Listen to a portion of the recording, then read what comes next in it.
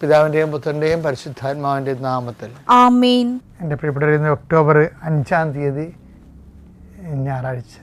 അമ്മേ പരിശുദ്ധമേ, അമ്മേ പരിശുദ്ധമേ, ദൈവമാതാവേ, കൃപാസനത്തിലൂടെ ഞങ്ങൾക്കും ഞങ്ങളുടെ ദേശത്തിനും അമ്മ മധ്യസ്ഥം തേടി തന്ന എല്ലാ അനുഗ്രഹങ്ങൾക്കും കൃപകൾക്കും ഞങ്ങളിപ്പോൾ ഹൃദയം നിറഞ്ഞ നന്ദി പറയുന്നു. അമ്മേ പരിശുദ്ധമേ, അമ്മേ പരിശുദ്ധമേ, ദൈവമാതാവേ, 2004 ഡിസംബർ 7 ഉച്ചകഴിഞ്ഞ് 2:30 കൃപാസനത്തിൽ സംഭവിച്ച അമ്മയുടെ പ്രത്യക്ഷപ്പെടലിനെ കുറിച്ച് തിരുസഭയ്ക്ക് സമർപ്പിച്ചിരിക്കുന്ന പഠനരേഖകളുടെ മേൽ സഭാത്മകമായ പഠനം ആരംഭിക്കുവാൻ ഞങ്ങൾ പ്രാർത്ഥിക്കുന്നു. അമ്മേ പരിശുദ്ധമേ, ഭൂസ്വർ ലോകങ്ങളുടെ രാജ്ഞിയായ അങ്ങേയ്ക്ക് ഭൗമ സംരക്ഷണത്തിനായി പ്രപഞ്ച പ്രകൃതിയെ തന്നെ തിരുസഭ പ്രതിഷ്ഠിക്കുവാൻ ഈ പ്രത്യക്ഷീകരണം വഴി ഇടയാക്കണമേ. പരിശുദ്ധമേ, ജപമാല മാതാവേ, സകല കൃപാസനം പ്രാർത്ഥനകളോടും ചേർത്ത് ഞങ്ങളിപ്പോൾ പ്രാർത്ഥിക്കുന്ന ഈ കുടുംബത്തിന്റെ പ്രത്യേക നിയോഗം പറമക്കളെ,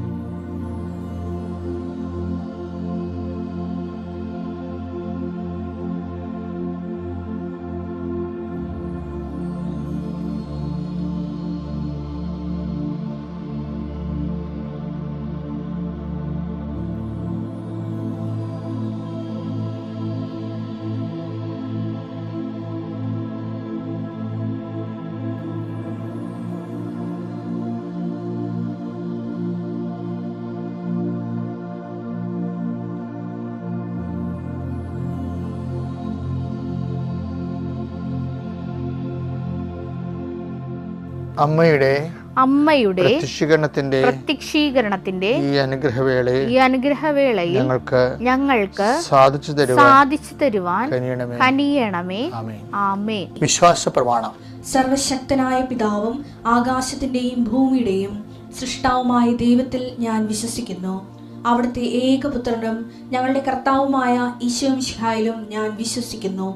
ഈ പുത്രൻ പരിശുദ്ധാത്മാവിനാൽ ഗർഭസ്ഥനായി കന്യകാമറിയത്തിൽ നിന്ന് പിറന്ന് പൊന്തിയോസ് പീലാത്തോസിന്റെ കാലത്ത് പീഡകൾ സഹിച്ച് കുരിശിൽ തറയ്ക്കപ്പെട്ട് മരിച്ച് അടക്കപ്പെട്ട് പാതാളങ്ങളിൽ ഇറങ്ങി മരിച്ചവരുടെ ഇടയിൽ നിന്ന് 3-ാം നാൾ ഉയർത്ത് സ്വർഗത്തിലേക്ക് എഴുന്നള്ളി സർവശക്തിയുള്ള പിതാവായ ദൈവത്തിന്റെ വലതുഭാഗത്തിരിക്കുന്നു.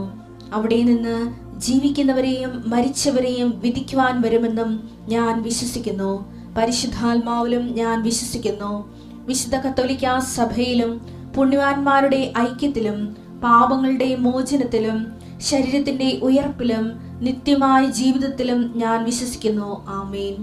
സ്വർഗ്ഗസ്ഥനായ ഞങ്ങളുടെ പിതാവേ, അങ്ങയുടെ നാമം പൂജിതമാകണമേ. അങ്ങയുടെ രാജ്യം വരണമേ. അങ്ങയുടെ തിരുമനസ് സ്വർഗത്തിലെ പോലെ ഭൂമിയിലും ആകണമേ. അന്നു വേണ്ടുന്ന ആഹാരം ഇന്ന് ഞങ്ങൾക്ക് തരണമേ. ഞങ്ങളോട് തെറ്റ് ചെയ്യുന്നവരോട് ഞങ്ങൾ ക്ഷമിക്കുന്നത് പോലെ ഞങ്ങളുടെ തെറ്റുകൾ ഞങ്ങളോടും ക്ഷമിക്കണമേ. ഞങ്ങളെ പ്രലോഭനത്തിൽ ഉൾപ്പെടുത്തരുതേ, തിന്മയിൽ ഞങ്ങൾ രക്ഷിക്കണമേ. ആമേൻ. നന്മ നിറഞ്ഞ മറിയമേ, സ്വസ്തി. കർത്താവ് അങ്ങയുടെ കൂടെ സ്ത്രീകളിൽ അങ്ങ് അനുഗ്രഹിക്കപ്പെട്ടവളാകുന്നു. അങ്ങയുടെ ഉദരത്തിൻ ഫലമായി ഈശോ അനുഗ്രഹിക്കപ്പെട്ടവനാകുന്നു. പരിശുദ്ധ മറിയമേ, തമ്പുരാന്റെ അമ്മേ, പാപികളായ ഞങ്ങൾക്ക് വേണ്ടി ഇപ്പോഴും ഞങ്ങളുടെ മരണസമയത്തും തമ്പുരാനോട് അപേക്ഷിക്കണമേ. ആമേൻ.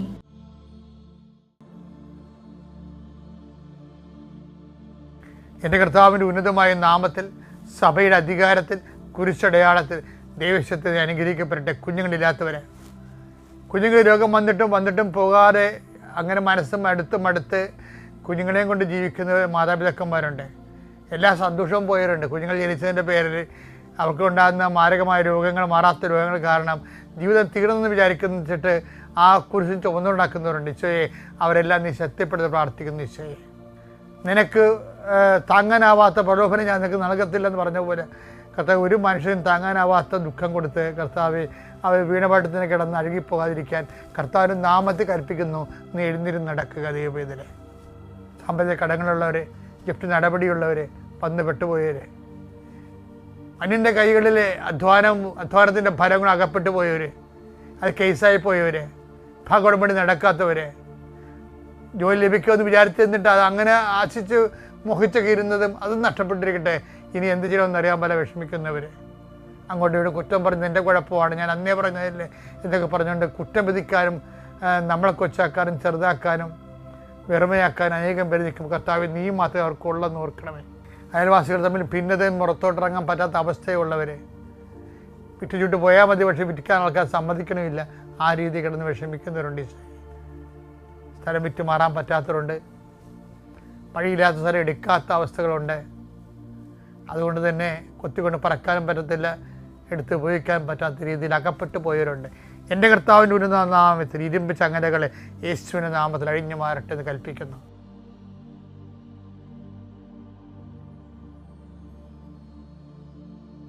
നീ ഒരു ആധ്യാത്മികനാണ്, ദൈവത്തിന് ഇഷ്ടപ്പെട്ട ആളാണെങ്കിൽ ദൈവം കയറി വരുമ്പോഴേ മുമ്പ് തന്നെ സ്റ്റാറ്റസ് ലോയിങ് സംഭവിക്കും. പണ്ട് ഞാൻ ഫൊറോണ വികാരിയായിരുന്നു.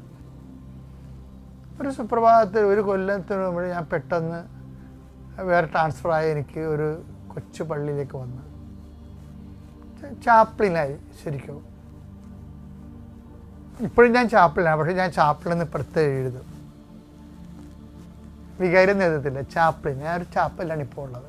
ഇപ്പം ഞാൻ എൻ്റെ പെരുന്നാൾ നോട്ടീസ് എഴുതിയിട്ടുണ്ട്, ചാപ്ലിൻ ഫാ ജോസഫ് അലി വീട്ടിൽ. എന്താ കാര്യം? കർത്താവ് എനിക്ക് തന്ന സ്റ്റാറ്റസാണത്, ദൈവം തന്ന സ്റ്റാറ്റസാണ്. അപ്പം ഇത് ആദ്യം ദൈവം എന്നിൽ എനിക്ക് ബുദ്ധിമുട്ടുണ്ടാക്കുന്ന സാഹചര്യത്തിലായി തന്നത്. കാര്യം എന്താ, ഞാൻ ഫൊറോണ വികാരിയായിരുന്ന സമയത്താണ് എന്നെ പെട്ടെന്ന് എനിക്ക് സ്റ്റാറ്റസ് ലോയിങ് ഉണ്ടായത്. പക്ഷെ അന്ന് ഇത്രയും ജ്ഞാനം എനിക്കില്ല. അന്നാണ് എനിക്ക് ജ്ഞാനം ഉണ്ടായിരുന്നെങ്കിൽ ഞാൻ കളിച്ചിനും ശരിക്കും. എന്താ കാര്യം, നമ്മളെ ദൈവം ഉയർത്തണം മുമ്പാണല്ലോ ഈ സാധനം തരുന്നത്. പക്ഷേ ദൈവം ഉയർത്താനുള്ള ഉയർത്തി. ഞാൻ ആ പള്ളി പോയിരുന്നുണ്ട്, എൻസൈക്ലോപ്പീഡിയ എഴുതി. ആ പള്ളിയിൽ ചാപ്പലിൽ പോയിരുന്നുണ്ട്. ഇപ്പോൾ ചാപ്പലത് ഭയങ്കര നികിഷ്ട ജീവിതമായിരുന്നേ. ആ ചാപ്പലിൻ്റെ അരികിൽ തന്നെയാണ് പൊതു കക്കൂസ് ഉണ്ടായിരുന്നത്. അപ്പോൾ എൻ്റെ ഓഫീസ് മുറിയുടെ ബാക്കിൽ ജനൽ തുറന്നു കഴിഞ്ഞാൽ ഈ കക്കൂസിൻ്റെ മണം പുറത്തേക്ക് വരും. എൻ്റെ 5 കൊല്ലം അവിടെ ഇരുന്ന് അതിൻ്റെ പേരിൽ ഞാൻ പോയി കംപ്ലൈൻറ്റ് ചെയ്യുകയോ അതൊരു ബുദ്ധിമുട്ടായിട്ട് ജനങ്ങളോട് പറയുകയോ ഒന്നും ചെയ്തിട്ടില്ല. എനിക്ക് ശേഷം ചെന്നവർ മേട പൊളിച്ച് വേറെ മേട ഉണ്ടാക്കി. കാര്യം ഞാൻ കർത്താവ് തന്ന സ്റ്റാറ്റസ് അക്സെപ്റ്റ് ചെയ്ത്. ഞാനെന്ന് പറയുകയല്ല, ദൈവിക വഴികളിലൂടെ സഞ്ചരിക്കുമ്പോൾ ഞാൻ നിങ്ങൾ പറഞ്ഞില്ലേ, അവിടെ ഇരുന്ന് എഴുതിയതാണ് 7000 പേജുള്ള എഴുതി.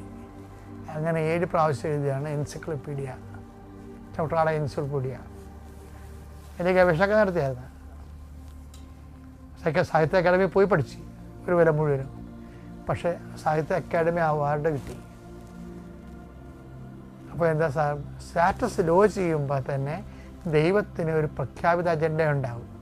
നീ വർക്ക് എല്ലാം തീർന്നെന്നൊക്കെ വിചാരിക്കും. എൻ്റെ തെദേവ് എന്നും പറഞ്ഞ് എൻ്റെ ജീവിതത്തിൽ ഇതെല്ലാം എഴുതിയിട്ടുണ്ട് ഞാൻ, കടന്നു വന്ന വഴികൾ. അപ്പം നീ ആൾക്കാർ ഈ ഉടമ്പടി ദൈവം തന്നപ്പോഴല്ലേ ലോകം മുഴുവൻ അറിയാൻ തുടങ്ങി. അങ്ങനെയല്ല, അതൊക്കെ മുമ്പ് ദൈവത്തെ അറിയാമായിരുന്ന ഒരു ജോസഫച്ചൻ ഉണ്ടായിരുന്നു. അതാണ് സംഭവം. നിങ്ങളിപ്പോൾ ഈ ഉടമ്പടി കൊണ്ടാണ് ചില ആൾക്കാരൊക്കെ എന്നെ നല്ലവണ്ണം ധരിക്കുകയോ തെറ്റിദ്ധരിക്കുകയൊക്കെ ചെയ്യണത്. പക്ഷെ അത് കർത്താവിൻ്റെ അവസാനത്തെ ഒരു ഇൻ്റർവെൻഷൻ മാത്രമാണ്. ഉടമ്പടി നമുക്ക് മുമ്പൊരു ജീവിതമുണ്ട്. 2001 കൃപാസനത്തിൽ ഇവിടെ വന്ന് ഈ കലവൂര് മിഷൻ തുടങ്ങണം. അതൊക്കെ 10 കൊല്ലം ഞാൻ നിങ്ങളോട് പറഞ്ഞിട്ടുണ്ട്. ഞാൻ കടലിലായിരുന്നു കൺവെൻഷൻ നടത്തിക്കൊണ്ടിരുന്നത് 10 കൊല്ലം. അപ്പം അത് എനിക്ക് ചുമയും പനിയും വർഷങ്ങളോളം മാസങ്ങളോളം ആശുപത്രി കിടപ്പൊക്കെ ആയിരുന്നു എനിക്ക് കിട്ടിയത്. ഇടവേള ജോലി നടക്കണം, അതും നടക്കണം, എല്ലാ സ്ഥലങ്ങളിലും പോയി മധ്യസ്ഥ പ്രാർത്ഥന നടത്തണം. ദൈവത്തിന് വേണ്ടി മാത്രം ചെയ്ത ജീവിതമായിരുന്നു അത് തീർന്ന് സുവിശേഷ പ്രഘോഷണം 2000 കൊണ്ട് തീർന്ന് 2001 വന്ന് ഇവിടെ ജൂലൈ 6 ഇവിടെ കലവൂര് വന്നിട്ട് അന്ന് റീത്ത പുണ്യാളത്തെ ഇവിടെ ഉണ്ടായിരുന്നത് കൊച്ചു കുരിശുപേര ഫ്രാൻസിസ് ബ്രദറിൻ്റെ. അപ്പം ഞാൻ പ്രശാന്തനെ വിളിച്ച് IMS എനിക്ക് പെരുന്നാളും തുടങ്ങി തരാമെന്ന് പറഞ്ഞ് റീത്ത പുണ്യാളത്തിന്. അദ്ദേഹം പെരുന്നാൾ തുടങ്ങാൻ വേണ്ടി കൊടി കയറ്റാൻ വേണ്ടി അന്ന് ഒന്നുമില്ല കൃപാസനത്തിൽ, കുറച്ച് പുല്ലും പിടിച്ച് കിടക്കുന്ന ഒരു പറമ്പ് മാത്രമുണ്ട്, ഒരു പഴയ കുരിശടിയുണ്ട് ചെറിയ. റീത്താപ്പിനടുത്ത പടം ഇപ്പോഴും നമ്മുടെ കൃപാസനം അവിടെ കാണാം സൈഡിൽ. പ്രശാന്ത് അച്ഛൻ അന്ന് ജൂലൈ 6-ാം തീയതി കൊടി കയറ്റി വെച്ച് കൊടി ഇങ്ങനെ കയറിപ്പോയി. താഴെ അച്ഛൻ മേലോട്ട് പോയിട്ടും കൊടി നോക്കിയിട്ട് താഴേക്ക് എന്നെ നോക്കിയിട്ട് പറഞ്ഞു 15 കൊല്ലം കഴിയുമ്പോൾ ഇത് ഫേസ് ലിഫ്റ്റ് ആകുമെന്ന് പറഞ്ഞു. 15 കൊല്ലം ദർശനമാണത്. അപ്പോൾ എന്നെ സംബന്ധിച്ചിടത്തോളം ദൈവത്തിൻ്റെ വഴികളിലൂടെ സഞ്ചരിക്കുമ്പോൾ ഞാനത് സീരിയസ് ആയിട്ട് എടുത്തു, മറക്കാതെ എടുത്തു. ആ കറക്റ്റ് 15-ാം കൊല്ലമാണ് നമുക്ക് ഉടമ്പടി മാതാവിൻ്റെ പ്രത്യക്ഷീകരണം നമ്മൾ പരസ്യമായിട്ട് ആൾക്കാരെ പ്രതിഷ്ഠിക്കുന്നത്. അപ്പോഴാണ് ഉടമ്പടി കിട്ടണത് നമുക്ക്. അത് പറഞ്ഞ കറക്റ്റാണിത്. അതായത് നമ്മൾ ഇന്ന് ദൈവം എല്ലാവരിലൂടെയും സംസാരിക്കുന്നൊരു കാലമാണിത്. നിർഭാഗ്യവശാൽ ഔദ്യോഗികമായ സഭയ്ക്ക് ചിലർക്കെങ്കിലും ഇതിനെക്കുറിച്ച് സംശയങ്ങളൊക്കെ ഉണ്ട്. സഭയിൽ ഇപ്പോൾ സംഭവിച്ചിരിക്കുന്ന കാര്യങ്ങൾ. കാരണം അൽമാനികളുടെ ശാക്തീകരണം ഒരു ഭയങ്കരമാണ്. കാര്യം അന്ന് ഞങ്ങൾക്ക് സ്റ്റിരിക് എന്ന് പറഞ്ഞ ധ്യാനം ഉണ്ടായിരുന്നു. ഞാൻ നിങ്ങളോട് പറഞ്ഞത് നമ്മൾ വന്ന വഴികളിലൂടെ എങ്ങനെയാണ് ദൈവം സഞ്ചരിച്ച് നമ്മളെ കൈപിടിച്ച് നടത്തിയെന്ന് പറയുമ്പോൾ നിങ്ങൾക്കുമൊക്കെ ഒരു ബോധ്യം കിട്ടും. എന്താ കാര്യം, അന്ന് സ്റ്റിരിക് അത് കടലോര കൺവെൻഷൻ കഴിഞ്ഞ് കടലോര തിരുവനന്തപുരം ജൈത്രയാത്ര കഴിഞ്ഞപ്പോഴാണ് കർത്താവ് എനിക്ക് അഖണ്ഡ ജപമാല നടത്താൻ തന്നു. അഖണ്ഡ ജപമാല കഴിഞ്ഞപ്പോൾ ആ അഖണ്ഡ ജപമാല വളർന്നാണ് ഇന്ന് 3 ലക്ഷം പേര് പങ്കെടുക്കുന്ന അഖണ്ഡ ജപമാല റാലിയായിട്ട് വളർന്നത്. ഇപ്പോൾ ഈ 25-ാം തീയതി ഒക്ടോബർ 25-ാം തീയതി നമുക്ക് റാലിയല്ലേ. ആരും മറന്നു പോരുതേ, വന്നേക്കണേ. രാവിലെ 6 മണിക്ക് തുടങ്ങേ. പ്രത്യേകിച്ച് ലോകസമാധാനത്തിന് വേണ്ടിയാണ്. മാർപ്പാപ്പ പറഞ്ഞു കേട്ടില്ലേ, കയ്യിൽ നിന്ന് വിട്ടുപോയിരിക്കുകയാണ് ആൾക്കാരുടെ കയ്യിൽ നിന്ന് സമാധാനം വിട്ടുപോയിരിക്കുക. ഈ യോനോരൊക്കെ കണ്ടില്ലേ. അപ്പോൾ ഇനി ദൈവം തന്നെ നേരിട്ട് ഇറങ്ങിയാലേ സമാധാനം ഉണ്ടാകത്തു ലോകത്തിന്. അല്ലെങ്കിൽ അങ്ങോട്ടും അനുഭവം പെറിഞ്ഞ് യോന്മാർ നശിപ്പിക്കുകയും ചെയ്യും. പക്ഷെ ആ റാലി നമ്മളെ ഏൽപ്പിച്ചത് എന്താ? ഈ 3 ലക്ഷം പേരുടെ റാലി എന്തുകൊണ്ടാണ് കൃപാസനത്തെ ഏൽപ്പിച്ചത്? അത് ഓൾറെഡി അതൊരു പ്രോഗ്രാമല്ല. കൃപാസനത്തിന് കർത്താവിനെ അറിഞ്ഞവരെ ആഴപ്പെടുത്താൻ വേണ്ടി 2001 തുടങ്ങിയതാണ് അഖണ്ഡ ജപമാല എന്ന് പറയുന്ന സംഭവം. ഞാൻ പറയുന്നത്, നമ്മൾ ദൈവത്തിൻ്റെ വഴികളിലൂടെ സഞ്ചരിക്കുക. കോടിക്കണക്കിന് ജപമാലയാണ് ലോകത്തിൻ്റെ മാനസാന്തരത്തിന് വേണ്ടിയും കർത്താവിനെ അറിയാൻ വേണ്ടി അറിഞ്ഞവരെ ആഴപ്പെടുത്താൻ വേണ്ടി ചൊല്ലി ഇതിൻ്റെ അടിത്തറ കിടക്കണത്. അതുകൊണ്ടാണ് കൃപാസനത്തെ ചവിട്ടുമ്പോഴത്തേ നിങ്ങൾക്ക് അനുഗ്രഹം ഉണ്ടാക്കേണ്ട കാരണം അതാണ് ശരിക്കും. അപ്പം അന്ന് ഞങ്ങൾക്കുണ്ടായിരുന്ന സിരിഗ്മ ധ്യാനമാണ്. കെരിഗ്മയല്ല, അത് കേസ്റ്റഡ് ധ്യാനമാണ്. കെരിഗ്മ പണ്ടുണ്ടായിരുന്നത്. ഞങ്ങൾ നടത്തിക്കൊണ്ടിരുന്നത് സ്റ്റെരിഗ്മയാണ്. ഇത് സ്ഥിരീകരണ ധ്യാനം. വിശ്വാസത്തിൽ ഉറച്ചു നിൽക്കാൻ വേണ്ടിയുള്ള ഒരു പ്രത്യേക വിശ്വാസ പരിശീലന ധ്യാനമാണത്. അപ്പം അതിന് അന്ത്യത്താഴമൊക്കെ ഉണ്ടായിരുന്നു. അതിനകത്ത് എല്ലാവരും താഴെ ഇരുന്നുകൊണ്ട് കർത്താവിനെ പോലെ വറുത്ത മീനും ബണ്ണൊക്കെ വെച്ച് കുർബാനയല്ലേ ഇടാ, പക്ഷേ അതിൻ്റെ ഓർമ്മ ആചരിച്ചുകൊണ്ട് സ്നേഹക്കൂട്ടായ്മയൊക്കെ ഉണ്ടായിരുന്നു. അത് വലിയ അഭിഷേകത്തിലാണ് ചെയ്തുകൊണ്ടിരിക്കുന്നത്. ലൈറ്റെല്ലാം ഓഫ് ചെയ്ത് തിരിയെല്ലാം കത്തിച്ച് പ്രാർത്ഥനയിൽ ചെയ്യുന്ന സമയത്ത് അപ്പോൾ TR പീറ്റർ എന്ന് പറഞ്ഞൊരു സഹോദരൻ ഈ അന്ത്യത്താഴം കഴിച്ചുകൊണ്ടിരിക്കുന്ന സമയത്ത് പറഞ്ഞു, ഇപ്പോഴും അദ്ദേഹം ജീവിച്ചിരിപ്പുണ്ടേ, പറഞ്ഞു കുറേ പ്രാക്കൾ വരുന്നു, കുറേ പ്രാവുകൾ പറന്നു വരുന്നു, കുറേ കൊന്തകൾ കൊത്തിക്കൊണ്ട് ലോകത്തെല്ലായിടത്തും പോകണമെന്ന്. അപ്പം ഞാൻ പ്രൈസ്തലോടെ നമ്മൾ ഞങ്ങൾ കിടന്ന് കാര്യം എനിക്കത് മെസ്സേജാണെന്ന് മനസ്സിലായിരുന്നു. പക്ഷേ ഇപ്പം നമ്മൾ നോക്കുമ്പോൾ എന്താണ്, America, Chicago, Ireland, Rome, France എല്ലായിടത്തും അഖണ്ഡ ജപമാല റാലി നടക്കുകയാണ്. അന്നത്തെ ദർശനമാണ് TR പീറ്ററിൻ്റെ. അദ്ദേഹം വലിയ ആധ്യാത്മികവാദിയൊന്നുമല്ല, പക്ഷേ ആ ഒരു അഭിഷേകത്തിൻ്റെ ടൈമിൽ ദൈവം അദ്ദേഹത്തിന് കഴിവ് കൊടുത്തതാണ്. ഈ സ്റ്റെരിഗ്മ ധ്യാനം തീർന്നപ്പോൾ സാജൻ ബ്രദർ ഉണ്ടായിരുന്നു എൻ്റെ കണ്ടക്കിടയിൽ. ഇന്ന് അദ്ദേഹം ഓൾ ഇന്ത്യ ഈ പ്രൊക്ലമേഷൻ മിനിസ്ട്രിയുടെ വലിയൊരു മിനിസ്റ്ററാണ് ഷാജൻ ബ്രദർ. അപ്പോൾ ഷാജൻ ബ്രദർ എൻ്റെ കൂടെ ഉണ്ടായിരുന്നു അന്ന്. അപ്പോൾ ഷാജൻ ബ്രദർ ഇരുന്ന് പ്രാർത്ഥിച്ചുകൊണ്ടിരിക്കുക, സ്റ്റെരിഗ്മ ധ്യാനം കഴിഞ്ഞ് പ്രാർത്ഥിച്ചുകൊണ്ടിരിക്കുക. പ്രാർത്ഥിക്കുന്ന സമയത്ത് ബൈബിൾ തുറന്നപ്പോൾ കർത്താവ് ഒരു വചനം കൊടുത്തു. എന്ത് വചനമാണെന്ന് അറിയാമോ? അതായത് ഹഗ്ഗായി 2:9. ഈ ആലയത്തിന്റെ പൂർവമഹത്വത്തെക്കാൾ ഉന്നതമായിരിക്കും വരാൻ പോകുന്ന മഹത്വം. അയ്യോ, എന്നിട്ട് ഷാജൻ ബ്രദർ എന്നോട് പറഞ്ഞു, എനിക്ക് അച്ഛാ മെസ്സേജ് കിട്ടിയടാ എന്ന് പറഞ്ഞ്. ഷാജൻ അറക്കൽ ഞങ്ങൾക്കറിയാം, ഷാലോമിനൊക്കെ സംസാരിക്കുന്നുണ്ട്. അപ്പോൾ ഷാജൻ അറക്കൽ എൻ്റെ കൂടെ ആയിരുന്നു ആദ്യം. അപ്പോൾ അദ്ദേഹത്തിന് കൊടുത്ത മെസ്സേജാണ് ശരിക്കും ധ്യാനം കഴിഞ്ഞപ്പോൾ ഈ ആലയത്തിൻ്റെ. അപ്പോൾ ഈ ആലയം എന്ന് പറഞ്ഞ കൃപാസനം എന്താണെന്നറിയാമോ? നീന്തിക്കയറണം ഇവിടെ. പിന്നെ ഒരു ഈ ചെമ്മി ഷെഡ് പോലെ ഷെഡ് ഉണ്ടായിരുന്നു, അതിനകത്ത് കുറേ മെറ്റൽ കിടപ്പുണ്ടായിരുന്നു. ആ മെറ്റലിൽ ആണ് ഇവിടെ നീന്തിക്കയറിയാണ് ഞങ്ങൾ അവിടെ ഷാജൻ ബ്രദർ വലിയൊരു ബാനർ, ഈ തന്ന വചനം ഒരു വലിയ ബാനറിൽ കെട്ടും. എന്താണ്? ഈ ആലയത്തിൻ്റെ പൂർവ്വമഹത്വത്തെക്കാൾ വലുതായിരിക്കും വരാൻ പോകുന്ന മഹത്വം എന്ന് എഴുതിയിട്ട് ഈ ബാനർ ആ ഷെഡിൽ മുഴുവൻ ഇങ്ങനെ കെട്ടിത്തൂക്കി വെക്കും. അപ്പോൾ അത് ഒരു കൊല്ലം ഉണ്ടായിരുന്നു അവിടെ. ഞാൻ ആ കർത്താവിൻ്റെ പ്രവചനത്തിൽ ഞാൻ വിശ്വസിച്ചു. ഇന്ന് നമ്മൾ നോക്കുമ്പോൾ എന്താ കാണുന്നത്? ശരിയല്ലേ? അന്നത്തെ കൃപാസനം ഇന്നത്തെ കൃപാസനം എന്ന് പറയുമ്പോൾ എന്താ?